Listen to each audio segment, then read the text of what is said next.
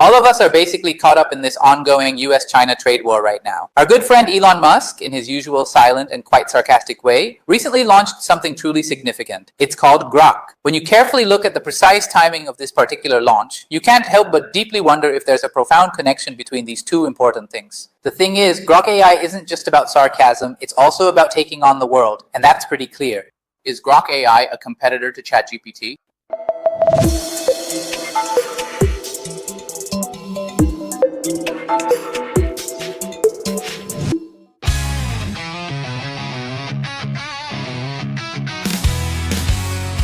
Hello Techphile, I'm your host Ratnavel. Today we're going to check out a super interesting and truly unique chatbot from the visionary Elon Musk, Grok AI. Grok AI isn't just a regular run-of-the-mill chatbot like ChatGPT. Instead, it's a wild and exciting mix of sharp sarcasm, trending memes, and the very latest news all cleverly blended together.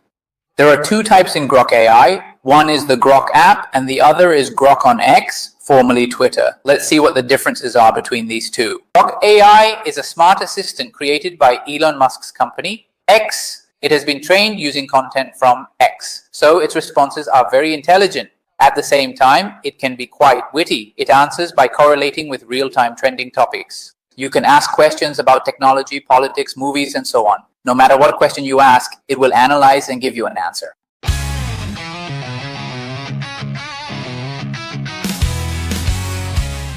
If you want to access Grok on X, there's a prominent Grok icon at the very bottom of the X app. In that, just like in ChatGPT, you can readily send text, images, various files, and so on. For example, I specifically asked it to thoroughly analyze the current weather conditions in Chennai. Instantly, it meticulously analyzed 12 X posts and several relevant websites, and then provided a comprehensive and detailed summary output for that particular day. Similarly, I inquired if it could provide coding support and instructed it to prepare a Python script. It prepared and gave me the Python script. So all the features are enabled.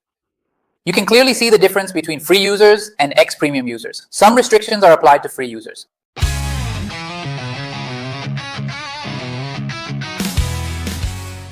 The Grok app is available on iOS, Android, and through X AI website. Compared to Grok on X, here we can see two additional features. One is deep search and the other is think. Deep search is mostly used when you want to search for something in detail and get output. You can use deep search for that. Think is for when you want a more in-depth, thoughtful answer. You can use think for that. For example, let's say you want to know about the US-China trade war. If you want to know about that, you can use deep search and it will research all the current affairs and give you the output. Whereas if you're doing homework and you don't understand a math problem and ask it to explain, if you use think, it will break it down clearly and explain it to you. ChatGPT, Google, Gemini, and Grok, among others.